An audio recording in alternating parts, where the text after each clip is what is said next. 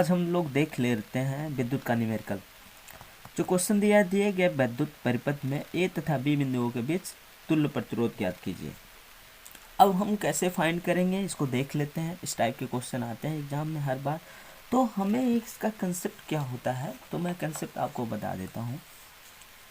अगर श्रेणी क्रम में है तो हम क्या करते हैं, प्रतिरोधों को आपस में जोड़ लेते हैं। ठीक है, ये R1 हो गया, ये R2 हो गया, ये R3 हो गया। तो तुल्य प्रतिरोध R इक्विवेलेंट कहते हैं। इक्विवेलेंट का मतलब होता है तुल्य, R1 plus R2 plus R3, और इक्विवेलेंट को R हम डिनोट कर देते हैं, या R इक्वल टू क्या हो गया, R1 plus R2 plus R3। ये किसके लिए, ये हमारा श्रेणी क्रम के लिए होता है। श्रेणी क्रम में इस चीज़ को बहुत ज़्यादा ध्यान दिया जाता है, जो बहुत ही इम्पॉर्टेंट होता है कि धाराएं समान होती हैं। श्रेणी क्रम में धाराएं समान होती हैं। धारा क्या होता है, समान होता है। और जस्ट अपोजिट क्या होता है, पैरेलल में, समांतर क्रम में क्या होता है, इसमें धाराएं अलग अलग होती हैं। और जब भी कहीं दिखेगा आंखों में चमक आ जानी चाहिए। अगर धाराएं समान है तो हमारा श्रेणी क्रम हो जाएगा, और धाराएं अलग अलग हैं तो क्या हो जाएगा हमारा समांतर क्रम। ठीक है, अब यहाँ पे गया धारा, ये क्या हुआ, अलग रास्तों में बट गया। अगर रास्तों में अलग अलग बट रहा है तो क्या है, इट मीन्स ये हमारा समांतर क्रम है। तो ठीक है, इसका होता है 1/r, व्युत्क्रम हो जाता है R1 plus 1/R2 plus 1/R3। हम डायरेक्ट अब क्वेश्चन पे आते हैं। ठीक है, ये कंसेप्ट था। क्वेश्चन में क्या कहा है, ये और बी के बीच में तुल्य प्रतिरोध ज्ञात करना है। अब हमने क्या किया, यहाँ से धारा जाएगी, ये I1 डिवाइड हो गया, मान लिया I1 गई, इधर क्या होगा, I2 हो गया। अब यहाँ देखो, ये दोनों एक साथ समान ही धारा जा रही है, ये क्या हो जाएगा, दोनों किस में हो जाएगा, श्रेणी क्रम में हो जाएगा। और श्रेणी क्रम में क्या होगा, हमने मान लिया R इक्वल टू क्या हो जाएगा, R1 प्लस R2। ये R1 है, ये R2 है, क्या हो गया 1 प्लस 3, 4 ओम हो गया। ठीक है, इसी प्रकार इसमें धारा अलग गई, ये भी ऐसे है। अब ये दोनों क्या हो गए, ये दोनों किस में हो गए, ये हो गया हमारा श्रेणी क्रम, इससे हमने डिनोट किया। अब ये दोनों एक दूसरे के पैरेलल में आ गए, क्योंकि अलग अलग धारा जा रही है। अभी हमने कंसेप्ट बताया, तो इसके लिए क्या हो जाएगी, R निकल गया, हमने मान लिया। अब इसी प्रकार से हमें निकालना है पूरा, तो हमने मान लिया R डैश 1/r, क्योंकि ये दोनों पैरेलल में हो जाएंगे, समांतर क्रम में, तो हो जाएगा 1/r प्लस 1/, इसको हमने मान लिया R1, इसको R1 डैश मान लिया, कुछ भी मान सकते हो आप। ठीक है, इसके अकॉर्डिंग R1 R2 डैश में मान सकते हो। ठीक है, क्योंकि हमने पहले मान लिया था इसको R, तो R मान लिया, फिर R डैश इक्विवेलेंट पूरा मान लिया, तो इसके बाद में रख दिया इस वैल्यू को R1 डैश, इस वैल्यू को उठाओ, यहाँ पे रख दिया 4 प्लस 1/3। एक दो मेथड होते हैं, या तो एलसीएम मेथड से आप लगा लो, या तो आप क्रॉस मल्टीप्लिकेशन करा दो। ठीक है, और छोटा रहता है तो क्रॉस मल्टीप्लिकेशन अच्छा रहता है। ठीक है, करा लिया जाता है। ये तो हो गया 3 plus 4 upon 4 into 3, that is 7/12, और 1/r डैश निकला है, R डैश इक्वल टू उल्टा हो जाएगा, तो 12/7 इतना ओम क्या हो जाएगा, तुल्य प्रतिरोध इसका होगा। ठीक है, का तुल्य प्रतिरोध हो गया कंप्लीट। कोई डाउट है, नहीं होना चाहिए। अब अगला क्वेश्चन है कि इसका तुल्य प्रतिरोध बताइए सर। तो इसमें से धारा जाएगी, अलग अलग डिवाइड हो, क्या है, तीनों पैरेलल है। ये इतने कितने किस में है, ये सब कितने किस में है, ये वाला पोर्शन और ये वाला पोर्शन, ये सब श्रेणी क्रम हो जाएगा, ये भी श्रेणी क्रम हो जाएगा। जोड़ लो सभी को, क्या होगा 3 3 3 6, और क्या होगा 4 3 7, ये 7 हो गया।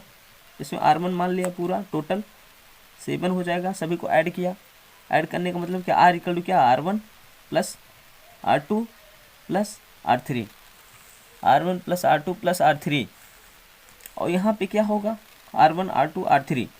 तो R1 क्या है, ये है, ये है, ये है, ये हो गया हमारा R डैश पूरा इक्विवेलेंट, ये हमारा प्राप्त हो गया 3 3 6 6 हो गया 6 हो।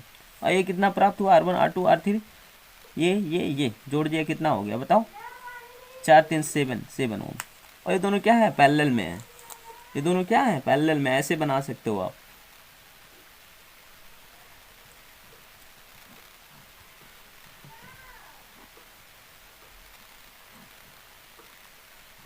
ठीक है, 6 था और ये कितना 7। अब ये दोनों पैरेलल में है, पैरेलल का फार्मूला लगा दो, हो गया 1/6, 1/r equal to 1/6 plus 1/7। That is इधर क्रॉस मल्टीप्लीकेशन, इधर क्रॉस मल्टीप्लीकेशन करा दो। 7 + 6 अपॉन 6 × 7 हो गया 13/42। 1/r था, 1/r का मतलब पूरा इक्विवेलेंट, आर इक्विवेलेंट। अब हो गया आर इक्विवेलेंट हमारा 42/113। ये हो जाएगा हमारा आंसर। ठीक है, इसी प्रकार से अगला क्वेश्चन देख लेते हैं। अगला क्वेश्चन क्या है, इसमें तुल्य प्रतिरोध याद करना है। फाइंड द, अब यहाँ से धारा जाएगी, ठीक है, यहाँ डिवाइड हो गई, ये दोनों क्या है, पैरेलल हैं। तो पैरेलल के क्या फॉर्मूला होता है बताओ आप, 1/r equal to 1/r1 plus 1/r2, value put करो 1/6 हो जाएगा, ये r1 मान लिया, इसको r2 1/6। क्या होगा, दोनों हर अगर समान होते हैं क्या होता है, जुड़ जाता है, तो 2 हो जाएगा, 1/, इसको कट दिया 1/3, और r इक्वल टू क्या हो गया, r equal to what, r equal to हो गया 3 ओम। अब ये 3 ओम आ गया, उसके बाद में ये पूरा टोटल कितना है 3 ओम। अब ये क्या हुआ, ऐसे सीधा अगर खींच दिया जाए इसको, क्योंकि तार 2 तार में डिवाइडेड है, अगर खींच दिया जाए तो 1 तार हो जाएगा, ऐसे लाइक दिस। अरे हमने क्या किया कि इसको खींच दिया, खींचने के बाद 1 तार में, क्योंकि ये पूरा क्या हो गया, इन दोनों को जब जोड़ दिया गया समांतर क्रम में तो 1 तार में कन्वर्ट हो गया, इन दोनों को आपस में जोड़ दिया, तो ये 3 ओम हुआ, ये 6 ओम हुआ। यहाँ से धारा गई, यहाँ से निकली। अब क्या हो गया, दोनों श्रेणी क्रम में हो जाएंगे, और श्रेणी क्रम में जब हो जाएंगे दोनों क्या होगा, जुड़ जाएगा, आर इक्वलेंट हो जाएगा हमारा 6 + 3 दैट इज 9 ओम, आंसर हो जाएगा। ठीक है, अगला क्वेश्चन जो बहुत ही इंपॉर्टेंट है, 4 नंबर में आता है। क्या है क्वेश्चन, धारा की गणना कीजिए। ठीक है, तो यहाँ पे देखते हैं, बैटरी लगी है, यहाँ आई से धारा निकली, यहाँ से धारा निकली, इसमें जाएगी, मान लिया I1 डिवाइड हुआ, ये I2, फिर दोबारा धारा सेम हो जाएगी, आपको पता है। ठीक है, अभी कंसेप्ट बताया था। अब ये दोनों क्या है, ये दोनों बताओ, पैरेलल है, दोनों पैरेलल है। अब ये दोनों पैरेलल हैं तो इनको क्या करेंगे, 1/r इक्वल टू क्या हो जाए, 1/r1 प्लस 1/r2, वैल्यू रख दो 1/4। अब दोनों सेम है तो क्या हो गया, जुड़ जाते हैं, तो 1/2 आ गया, कट कर दिया इसको, 1/r that is r equal to क्या, 2 ओम। अब हमें इक्विवेलेंट निकालना है, ये 2 में कन्वर्ट हो गया, ये पूरा टोटल 2 में, यहाँ हम ऐसे कर सकते हैं, ये पूरा 2 में कन्वर्ट हो गया, 2 ओम में।